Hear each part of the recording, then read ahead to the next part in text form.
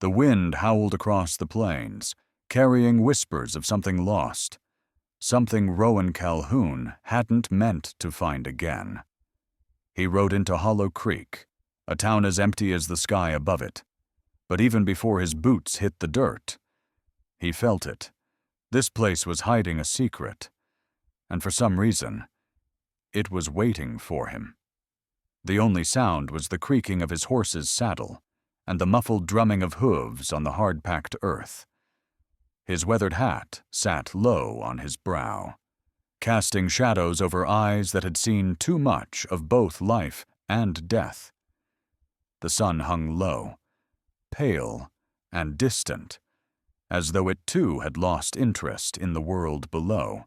The land stretched out endlessly, an expanse of browning grass and scattered tumbleweeds. The town ahead of him, a collection of rotting wooden shacks, and the shell of a church that had long forgotten the sound of a preacher's voice, seemed almost swallowed by the vast emptiness. There was no bustle of life, no echo of children playing in the street, just silence. Hollow Creek had been abandoned by most, its bones picked clean by time and neglect.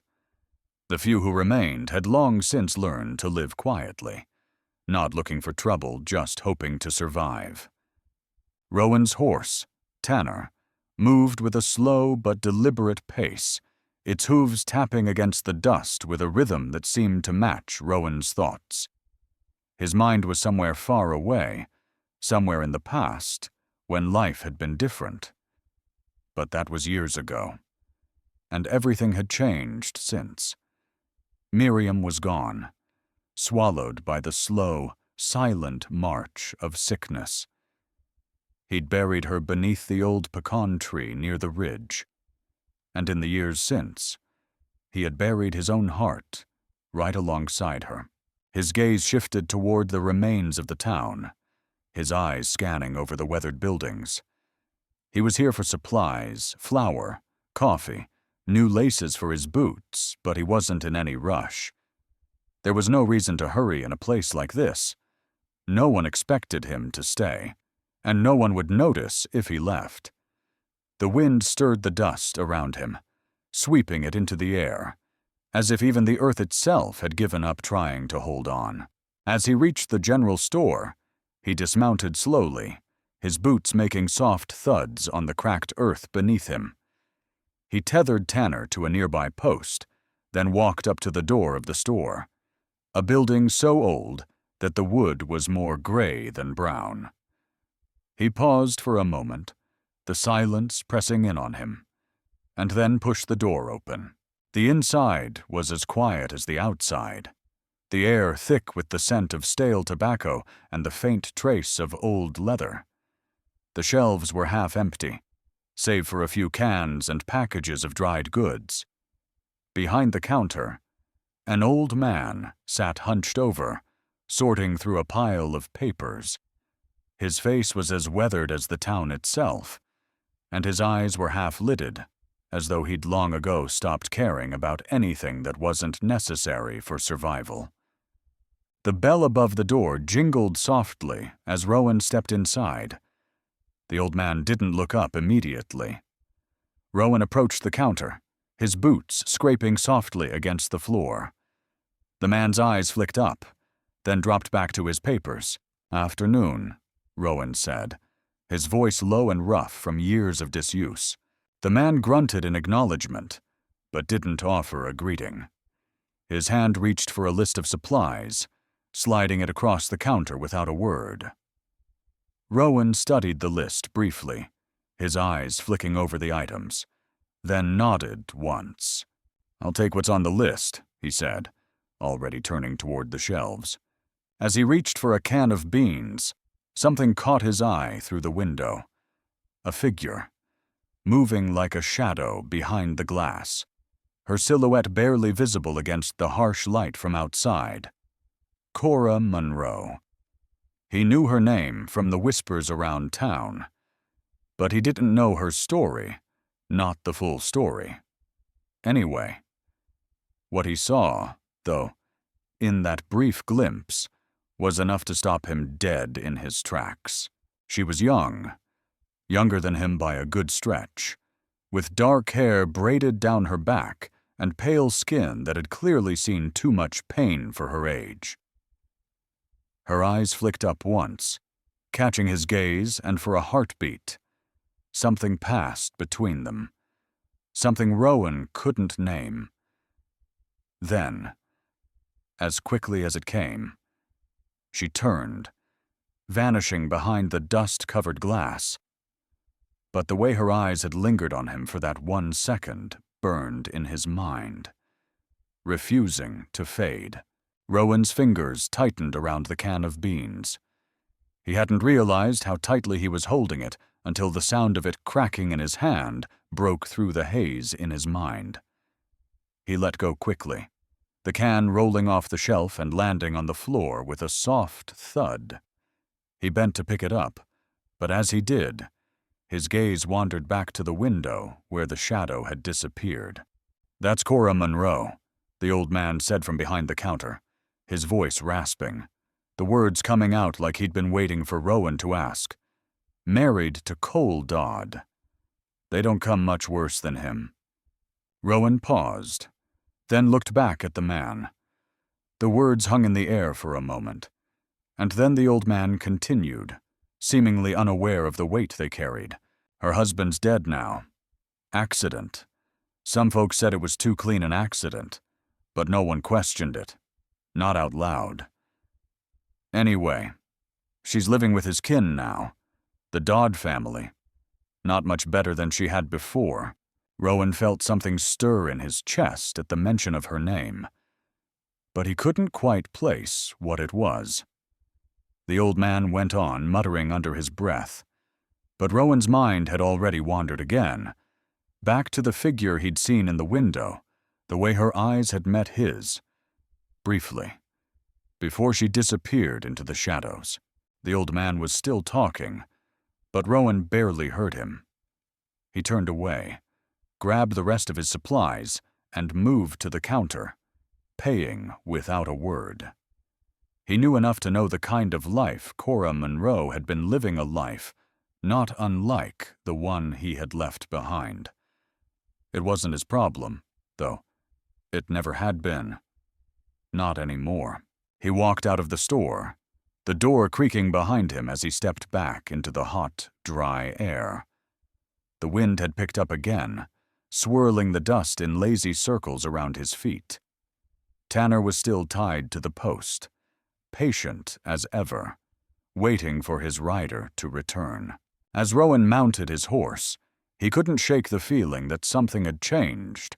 Something had shifted inside him, though he didn't know exactly what.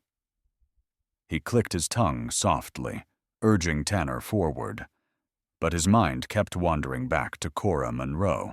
He wasn't sure why it bothered him, but as he rode out of town, the quiet of the prairie seemed somehow louder than before. As Rowan mounted his horse to leave the store, he was struck by a sudden, sharp sound, the unmistakable crack of a board on the porch snapping beneath a sudden weight, followed by a short gasp. He turned sharply, his hand instinctively tightening on the reins, just in time to see Cora stumble, the flour spilling from her bag into the dirt. The next morning, the town was quiet again, but for Rowan Calhoun, there was no peace. He had heard that sound the night before, and it lingered in his mind like an unfinished sentence. He couldn't shake the image of Cora Monroe, the faint trace of her figure in the window, the quiet discomfort in her eyes, as if she carried the weight of a past she couldn't escape. Rowan sat on the porch of his cabin, a cup of lukewarm coffee in his hand, staring out over the plains. Tanner was tethered to a post nearby, his head lowered as though sensing the weight of the day's coming events. The morning sun had barely crept over the horizon, casting long shadows across the barren landscape. The air was crisp, cool against Rowan's weathered skin. The silence stretched on, heavy with thoughts that neither Rowan nor the land seemed to know how to handle. His mind wandered to Cora again. He couldn't understand why she troubled him, why her face had lingered in his memory since the night he had first seen her. It wasn't the first time a woman had crossed his path, but something about her, something in her quiet demeanor. Her sad, tired eyes seemed to call out to him in ways he wasn't ready to face. As he finished his coffee, he stood up, walking slowly to where his gear was scattered across the cabin floor. The world outside was still waiting for him, the endless horizon pulling him back into the vast emptiness. There was no reason to hurry. Not today. The town would still be there, unchanged, as it always was. But Rowan knew deep down that something needed to change, not just for him, but for her, too. He saddled Tanner, moving with methodical precision, each step a part of the routine he had followed for years. No one had asked him to be a hero, and yet he couldn't quite shake the feeling that he was being called to something he didn't yet understand. He swung onto his horse and clicked his tongue, urging the animal forward towards town. The ride was uneventful, save for the usual sights of the dry, dusty land stretching on forever, the occasional hawk circling in the sky, and the wind picking up again, sweeping the plains clean of all traces of life. As Hollow Creek came into view, Rowan saw that the town still slept, its few remaining souls hidden behind closed shutters and faded walls. He rode through the narrow streets, his boots scraping softly against the dirt road. The general store stood like a dying monument at the end of the lane. Rowan tied Tanner to the post outside, just as he had the day before, and walked inside, the bell above the door jingling as he entered. This time, the old man behind the counter looked up immediately. His eyes were sharp, but there was a weariness to them, as though even he had grown tired of the monotony of this place. Rowan nodded in greeting, and the man acknowledged him with a grunt, sliding the same list across the counter without a word. Same as last time, the man asked. Rowan nodded, his mind elsewhere. As he collected his supplies, his thoughts kept drifting back to Cora, to the fleeting glimpse he'd had of her, and to the words the old man had shared the day before. Coldod's dead now. Accident, the man had said. But Rowan couldn't shake the feeling that there was more to the story. Cora wasn't a woman who would come into town looking so haunted without a reason. He had no real desire to get involved. His life was his own to live, and the past was something he didn't want to revisit. But something about Cora's quiet resilience spoke to him, and as much as he tried to ignore it, the feeling gnawed at him like a deep-seated wound that needed tending. Rowan paid the old man in silence, taking the bags of flour and other supplies. But before he could leave, the bell above the door jingled again. This time, it wasn't the old man who caught his attention. It was Cora. She walked in slowly, her hands wrapped tightly around a bag of flour, her face a mask of quiet determination. But Rowan noticed the subtle way she moved her shoulders hunched, her gaze always darting away from those who might look at her too long. She walked past him without acknowledging his presence, but he noticed the way she stiffened when he caught her eye. There was something between them, something unspoken, but palpable. He didn't know what it was, but he couldn't ignore it any longer. He stepped forward, his boots scraping across the floor with the weight of a decision that had already been made. "I'll take that," he said, nodding toward the bag of flour she held tightly in her arms. Cora's eyes flicked to him, wide and startled, and for a brief moment, Rowan thought she might say something, anything. But then her gaze dropped back to the floor, and she simply nodded. She handed the bag to him without a word, and he paid for it quickly, glancing once more at the quiet sadness in her eyes. without another word. She turned and walked toward the door. Rowan hesitated for only a moment, his hand tightening around the bag of flour before he followed her outside. "Cora," he called out, his voice softer than he intended. She stopped in her tracks, but didn't turn around.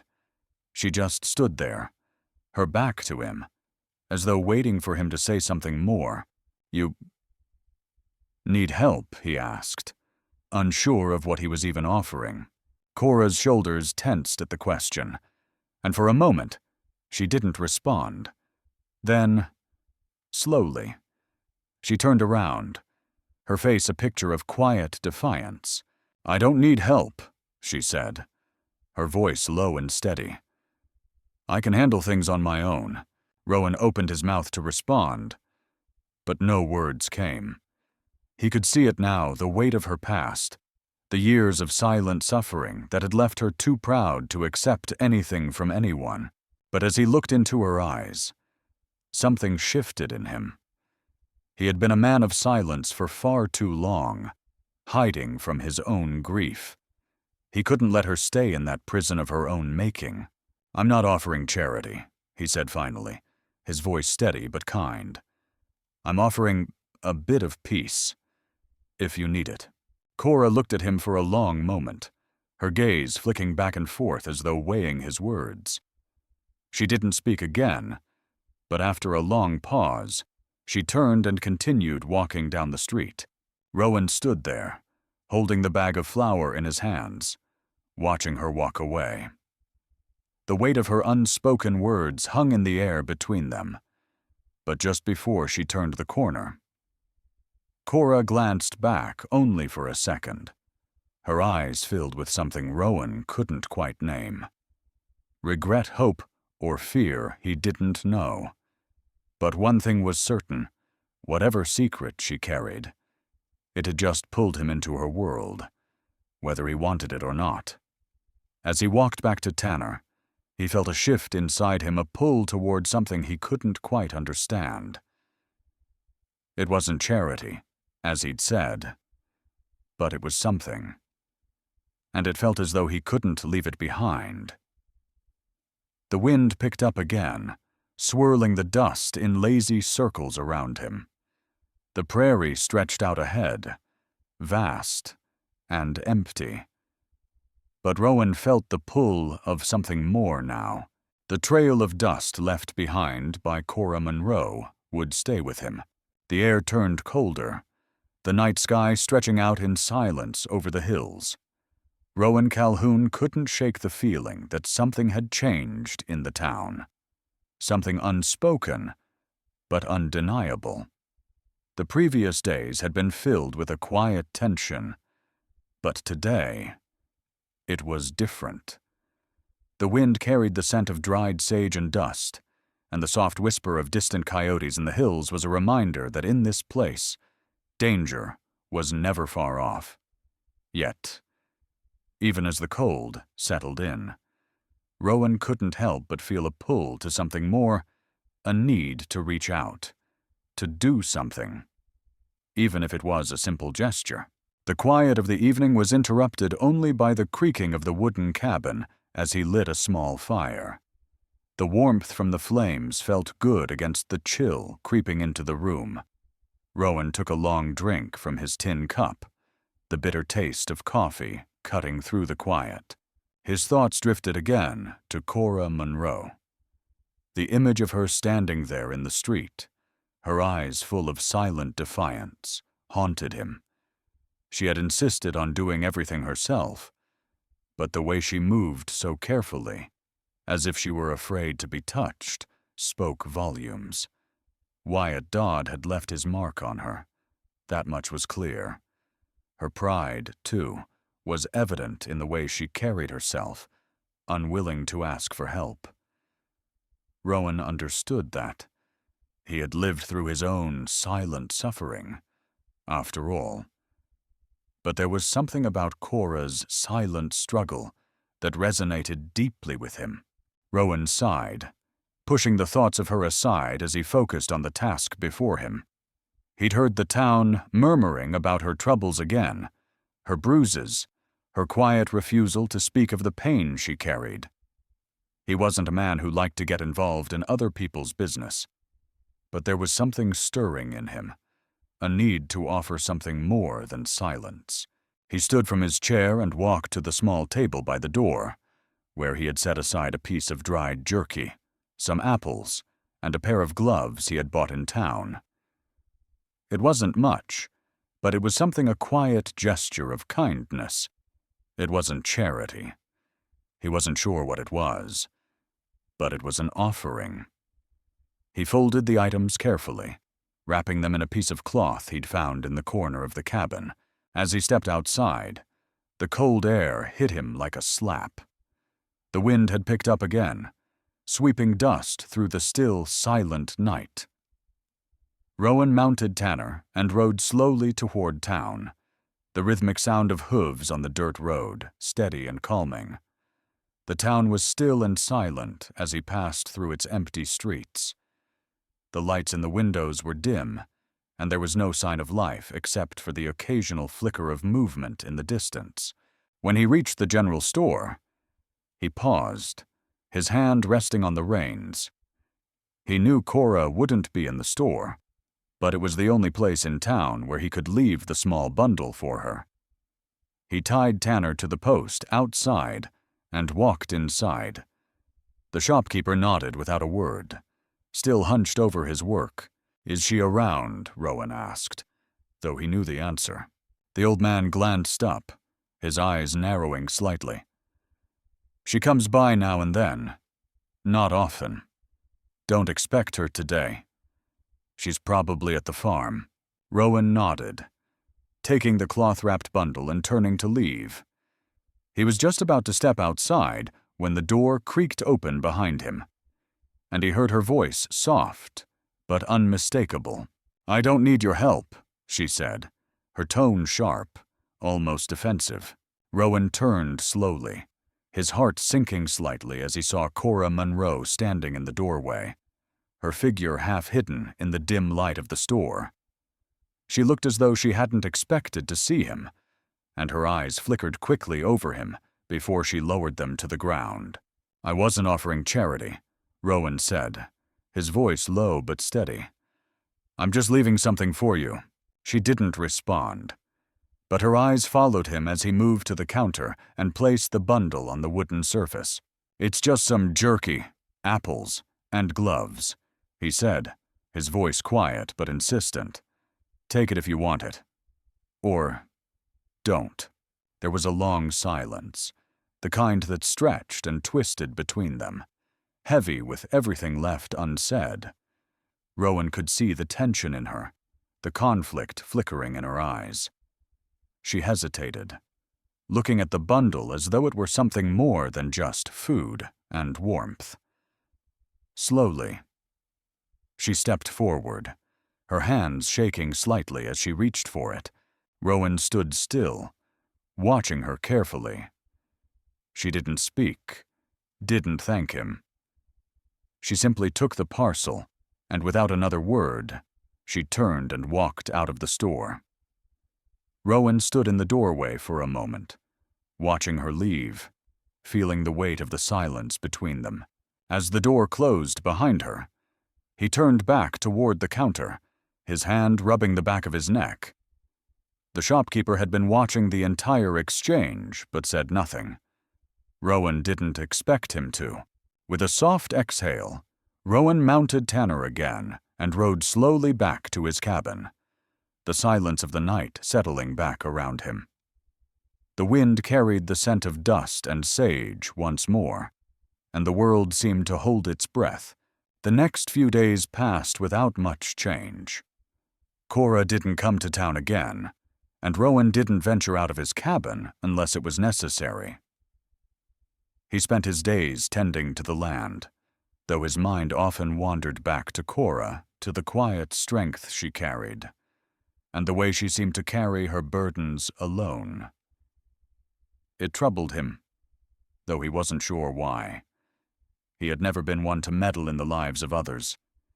He had his own demons to fight, his own past to reckon with.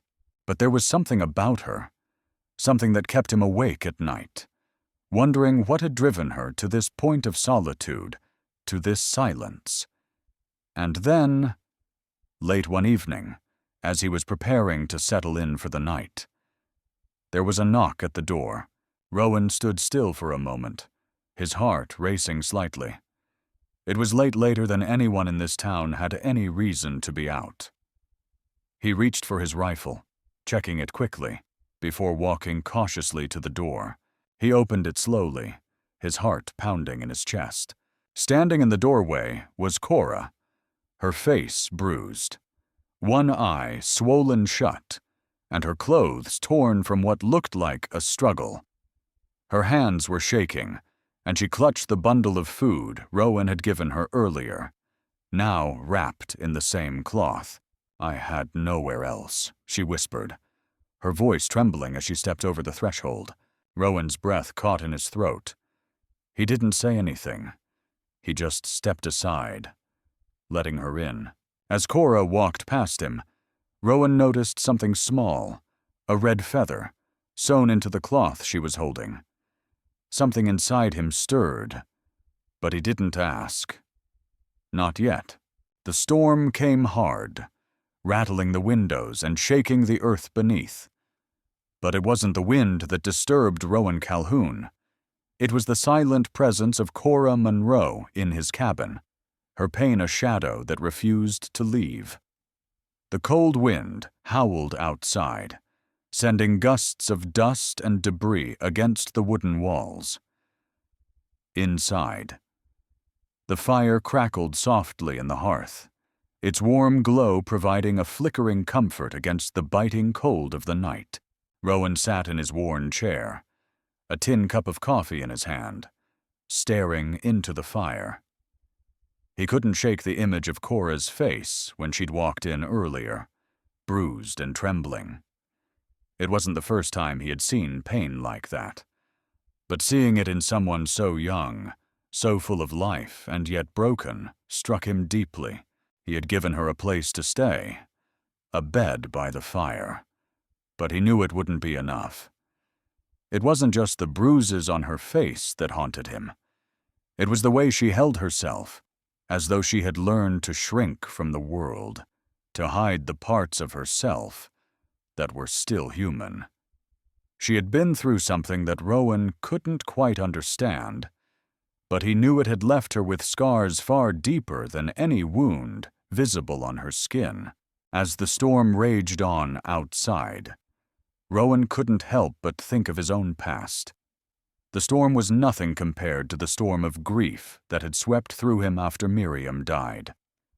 The wind outside seemed to echo the emptiness he had felt since then, the silence that filled the house, the cold that had settled in his heart.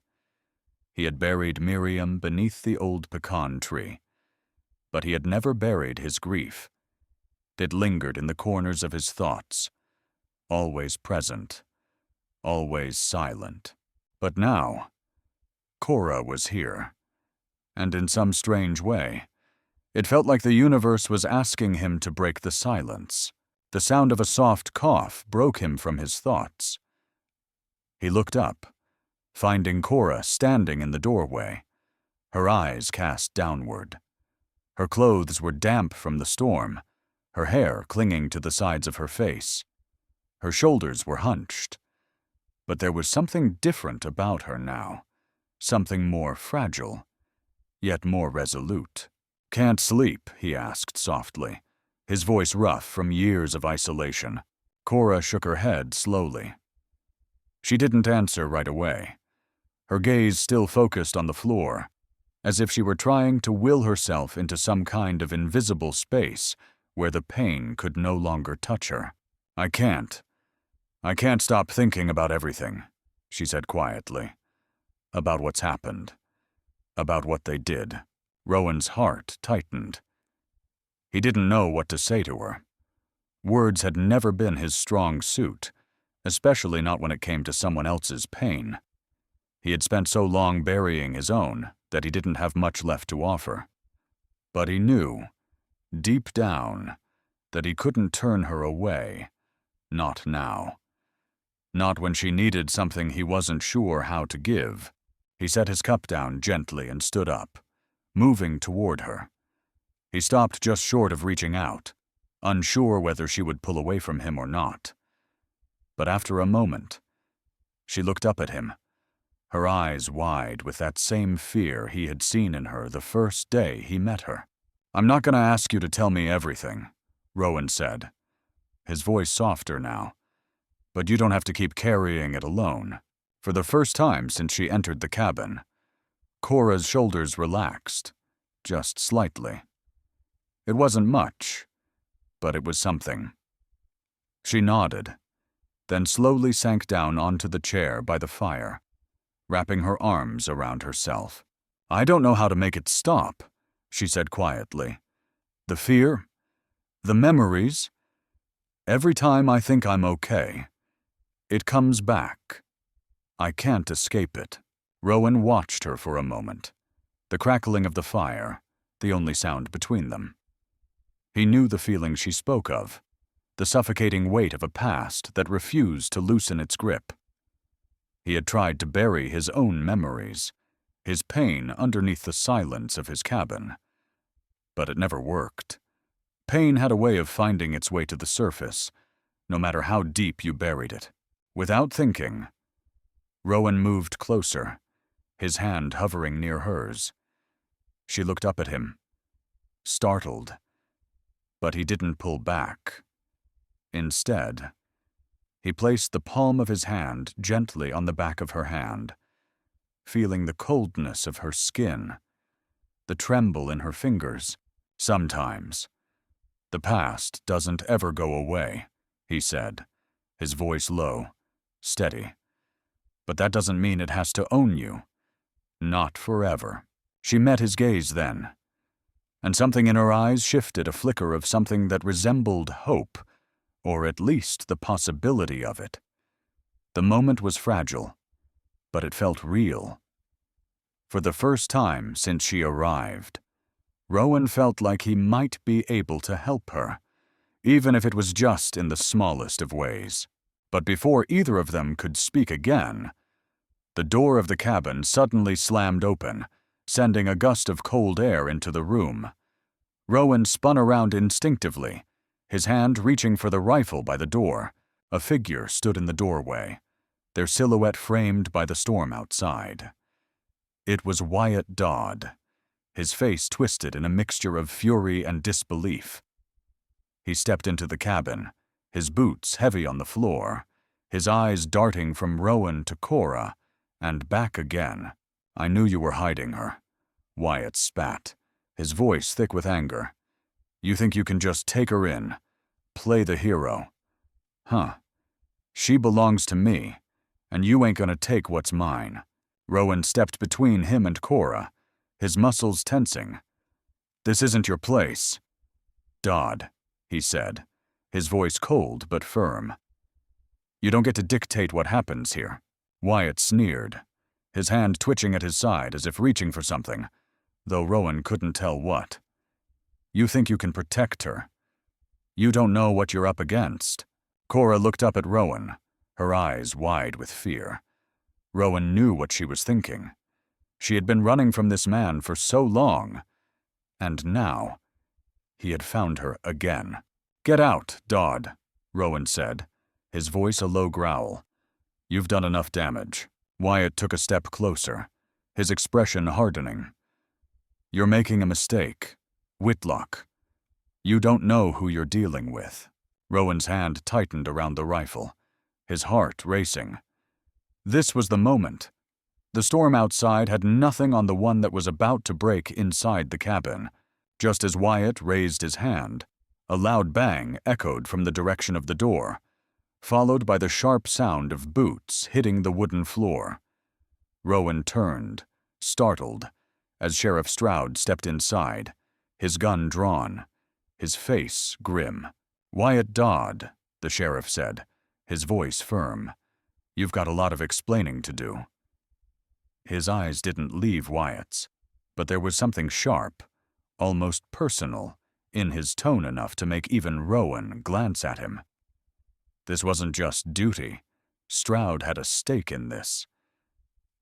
And for the first time, Rowan wondered what secret was the sheriff hiding.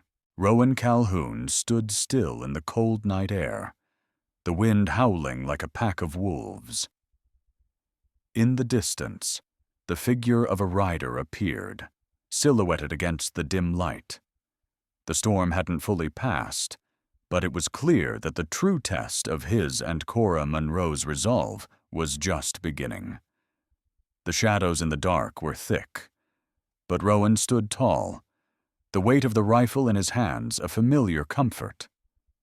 Tonight, the land seemed to hold its breath, the silence amplified by the tension between him and the man standing across from him. Wyatt Dodd. The events had unfolded faster than Rowan could have expected. Sheriff Stroud's unexpected arrival had momentarily shifted the balance of power, and yet Wyatt's presence remained like a festering wound. Stroud's gun had remained level, steady, but the air between them was thick with the unspoken reality of what was at stake. Wyatt had been driven out by law before, but this time, there was something different. Rowan could feel it. A reckoning was coming, and it wouldn't be quiet. The storm outside continued to batter the land, the rain now falling in sheets that obscured the faint glow of the cabin's lanterns. Cora stood quietly beside Rowan, her eyes wide, every movement still as she too sensed the danger. The fear in her eyes was still there. But there was something more now, a flicker of defiance, of a woman unwilling to be dragged through the mud any longer. "Wyatt, you've made your bed," Stroud said, his voice gravelly but resolute. "And now it's time to lie in it." Wyatt Dodd's lip curled back in disgust, his fingers twitching at his side where his hand was dangerously close to a holstered weapon.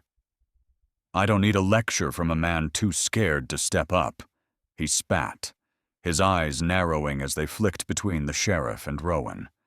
His gaze finally settled on Cora, a malicious smile creeping onto his face. "You really think this is over? You think you've won?" He sneered. "I'll be back for you. And I'll make sure this time no one gets in my way." Rowan's fingers tightened around the rifle, his heartbeat quickening as he fought the impulse to raise it immediately. But this wasn't just a matter of survival anymore. It was about making sure Cora had a future free from the shadows that had haunted her. "Leave, Dodd," Rowan said, his voice low but edged with a quiet fury. "This isn't your place anymore." Wyatt ignored him, his eyes flicking back to the cabin, the place where he thought he could still command control, where he believed he had the right to take what was his. "You don't know anything about control." "Whitlock." Wyatt spat. "This land, this town, it's mine. You and that little girl of yours can hide, but I'll find you. I'll burn it all to the ground." Before Rowan could move, Cora stepped forward, her figure barely visible against the flickering lantern light. She wasn't the woman who had walked into the store days ago, frightened and uncertain. The person standing before them now was someone who had lived through too much and would no longer be cowed by fear. "I'm not afraid of you anymore." "Wyatt," she said, her voice steady, but carrying the weight of years of torment. "You don't have control over me anymore." For a split second, Wyatt seemed taken aback, but that moment of hesitation didn't last long. His face twisted with rage. "You think you've got courage," he sneered. "You think you're better than me. You'll see how wrong you are. And you." He pointed to Rowan, his finger shaking with fury. "You've got no idea what's coming." There was a tension in the air now, something primal and dark. But it wasn't just between Wyatt and Rowan. It was between the storm that raged outside and the storm that had been brewing in the hearts of those present. In that moment, Rowan knew that nothing would be the same after tonight. Wyatt Dodd had made a mistake. He had underestimated Cora's strength, and more importantly, he had underestimated the bond between her and Rowan. The old man might have tried to control her once, but that was over. Cora Monroe wasn't anyone's to own anymore. "Get out, Dodd," Rowan said again, his voice cold and unyielding. The wind howled louder, and just as Wyatt took a step back, as though weighing whether to retreat or retaliate, the sound of another rider's hooves broke the stillness, a different sound than the one he was used to. This wasn't just anyone coming in. It wasn't the sheriff's men or any of Wyatt's associates. Rowan turned, his eyes scanning the darkness. The rider appeared through the sheets of rain, his silhouette coming into focus. Sheriff Stroud looked past Wyatt and met Rowan's gaze. For a moment, it seemed like everything slowed, and then the sheriff raised his hand, signaling for silence. Wyatt took a breath, and for the first time since he'd shown up, he seemed uncertain. His hand hovered near his gun, but the tension between the two men, Rowan and the sheriff, was like a taut rope about to snap. Rowan's hand tightened on the rifle, but it was Stroud's voice that broke the stillness. "You've got two options." "Wyatt," Stroud said, his gun still trained on him. "You can turn around, walk out of here, and live to see another day. Or you can keep pushing, and you won't like what happens next." Wyatt's lip curled back in anger, but his eyes were calculating now, and for a moment, it seemed as though he might try to make a move. But then the storm broke, the rain poured harder, and with it, the weight of the confrontation shifted. Stroud's voice, low and firm, echoed in the cabin. "This town won't belong to you anymore. Dodd. It's over." Wyatt's nostrils flared, his jaw clenched. For a brief moment, he considered his options. Then slowly, his gaze flicked to Cora, the venom still there, but something else to fear. He spun on his heel and stormed out into the night, the thunder cracking behind him like a final warning.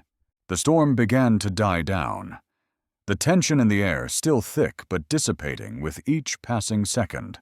Rowan and Stroud stood there, both of them watching the space where Wyatt Dodd had stood only moments before. Cora stood behind Rowan, her breath steady, but her hand shaking slightly as she clasped it against her chest. "That's not over, you know," Stroud said quietly, his voice steady but tinged with uncertainty. "He'll be back. But for now, we've got a little peace." Rowan nodded slowly, but his mind was elsewhere. He glanced at Cora, watching her as she slowly moved toward the door, her shoulders more relaxed than they had been earlier. "I don't know what's next." "Sheriff," Rowan said, his voice thick with something he couldn't quite name. "But I do know one thing. I won't let him hurt her any more." Before anyone could speak again, the sound of hooves echoed in the distance. Another rider, coming fast. This time, there was no mistaking it. Sheriff Stroud's eyes narrowed, and Rowan stiffened, already preparing for what might come next. The night was still, save for the sound of the horses breathing and the soft crunch of snow beneath their hooves. Rowan and Cora stood side by side, the weight of what was to come heavier than the cold itself. The land before them seemed to stretch endlessly, the hills blanketed in a fresh layer of snow, the landscape quiet, but full of the tension that always precedes a storm. The fire inside the cabin had long since died down, but the fire in their hearts still burned. Rowan stood tall, his gaze fixed on the horizon, where the sky darkened with the approaching night. The wind had settled, but the air felt charged, as if the earth itself were holding its breath. Cora stood beside him, her face drawn, her eyes tired. But there was something different about her now, something stronger.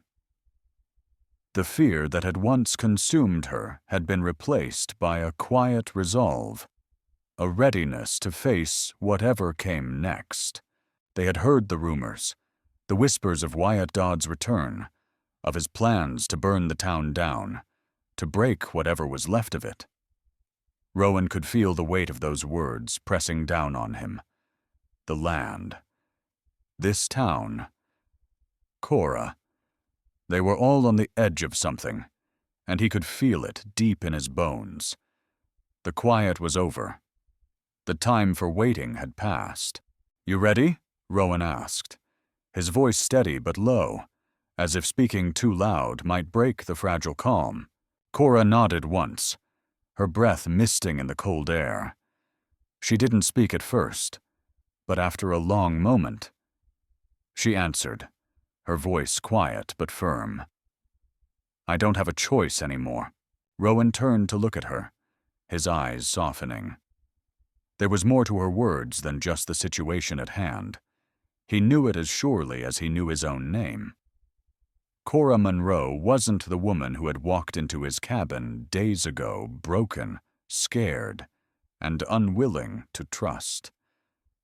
She was someone different now, someone who had found a part of herself again. For the first time, he saw it clearly. Cora was no longer running. She had turned to face her past, and now she was walking beside him, ready to fight for the life she deserved. The thought stirred something deep within him, something he hadn't allowed himself to feel in years. Hope. The sound of hooves broke the silence, sharp and fast, but not from the direction they had expected. Rowan's hand went to his rifle instinctively, his posture stiffening. Cora turned, her face momentarily flickering with uncertainty. But Rowan reached out a hand, his touch steadying her. "It's not him," Rowan murmured, though the words didn't feel certain. The hooves grew louder, the sound of galloping closer than it had any right to be. The figure on horseback emerged from the fog of the night, riding hard, his silhouette barely visible against the backdrop of the darkening sky. As he came into focus, Rowan's grip on his rifle loosened. The rider wasn't Wyatt Dodd, but the sheriff. Stroud and something about his expression told Rowan that things were about to change again. "Sheriff," Rowan called, his voice a little sharper than he intended. Stroud pulled his horse to a halt, the animal breathing heavily in the cold night air. "Whitlock." The sheriff greeted him, his voice low and urgent. His eyes flicked briefly to Cora, and Rowan saw the understanding there. Stroud had been a part of this town long enough to see the way things were shifting. "Wyatt's on his way," Stroud said without preamble, his face grim. "But that's not the worst of it. He's not coming alone." Rowan's chest tightened at the news. "What do you mean?" he asked, his voice barely above a whisper, the weight of the situation settling in his gut. He had known things weren't over, but hearing the sheriff say it aloud made it feel real. The time for hiding, for running, was over. "He's hired some drifters," Stroud continued. "Men with no allegiance but to gold and violence. Word is they're coming through the valley tonight. They're planning to burn the town to the ground, start with the church and the saloon, maybe the post office next." Rowan's mind raced. The stakes were higher than he had imagined. The sheriff's men weren't enough to stop Wyatt Dodd, not with the mercenaries on his side. This wasn't just a fight for Cora anymore. It was a fight for everything this town had left. Cora's voice broke through his thoughts. Steady, but quiet. "What do we do now?" Rowan turned toward her, seeing the resolve in her eyes. There was no fear now, just purpose. He could feel his own pulse quicken, a surge of adrenaline flooding through him. He glanced at Stroud, then back at Cora. "We fight," he said, his voice low but sure. "We protect this town. We stop them before they can burn it all down." Sheriff Stroud nodded, his jaw set. "You know where they're headed first." "Right." Rowan nodded in return, his thoughts already in motion. The old church, the one where the town's few remaining souls gathered on Sundays.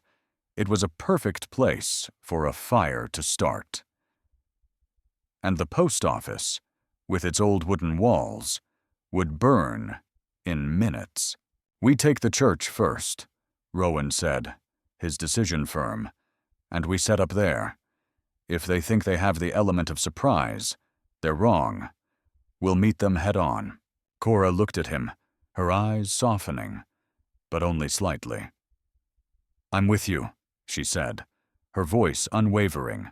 As the sheriff urged his horse forward, Rowan began to move, his hands working methodically to prepare his gear.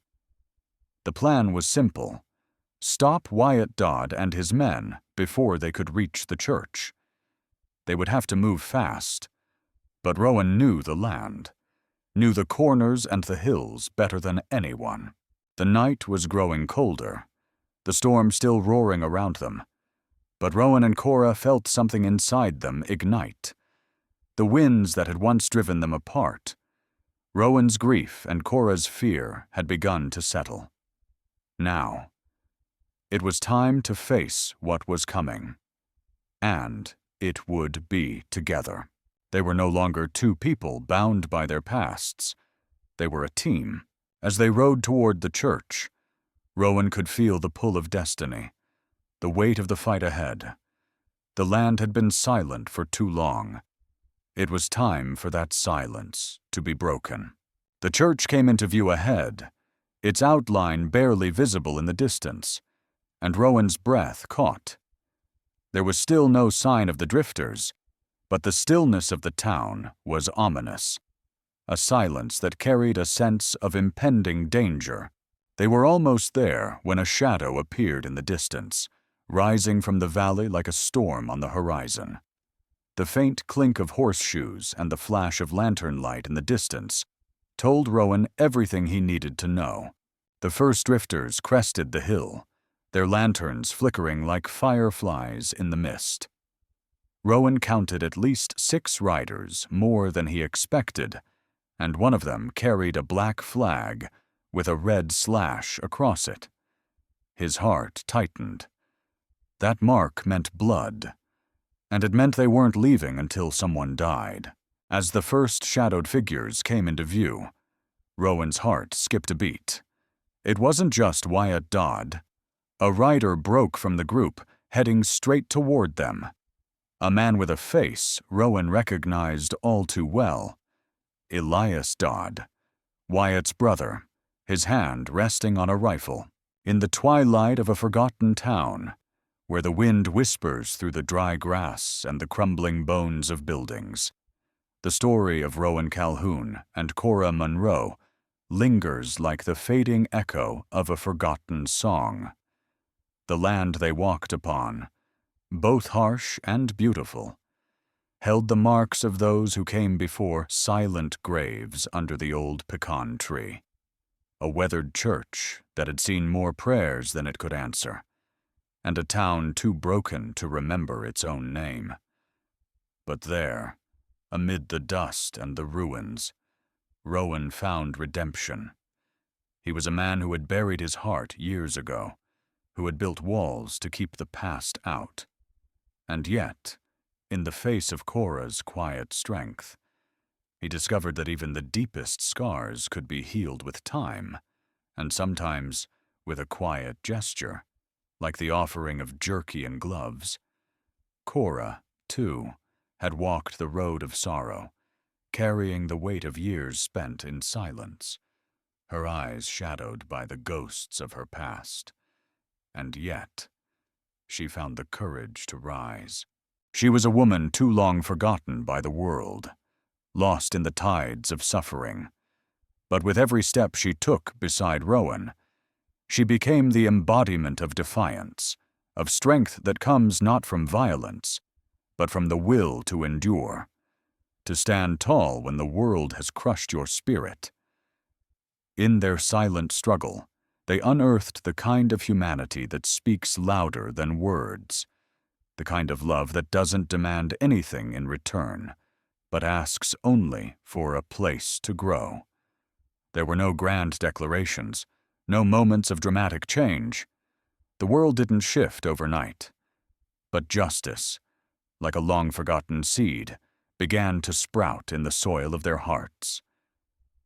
For Rowan, it was the quiet realization that honor could be buried but never erased. For Cora, it was the recognition that no matter how hard the years had been, she was still worthy of peace, worthy of a life lived on her own terms. And in the end, the town Hollow Creek found its own form of justice, not in the fire that Wyatt Dodd had set out to bring, but in the small acts of resistance, in the refusal to give up, in the belief that sometimes truth doesn't need to be spoken to be believed, just lived out in silence, in actions that ripple through time. As the twilight deepened, with the last rays of sunlight kissing the earth, Rowan and Cora stood together, not as two broken souls, but as two people who had found each other, found redemption, and found the strength to fight for what was right.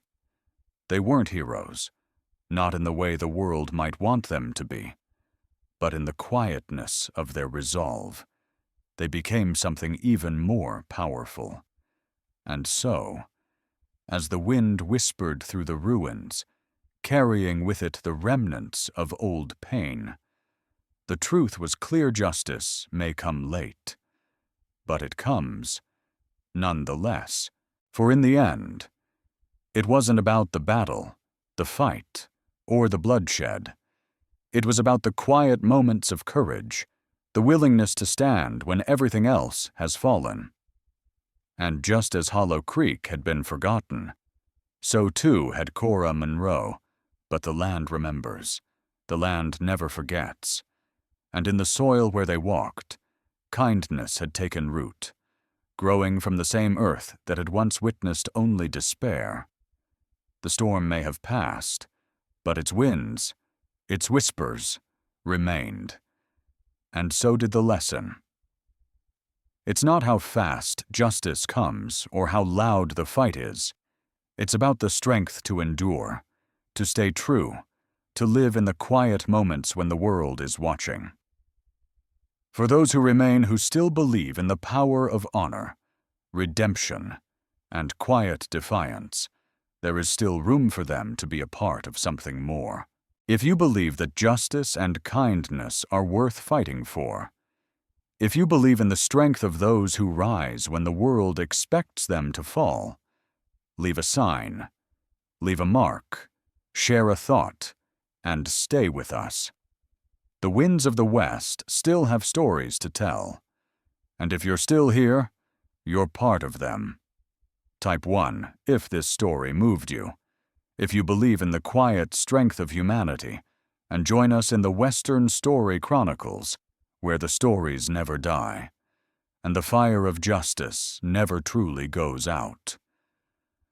For the West may be quiet, but its heart beats strong, and its stories, like the land, never forget.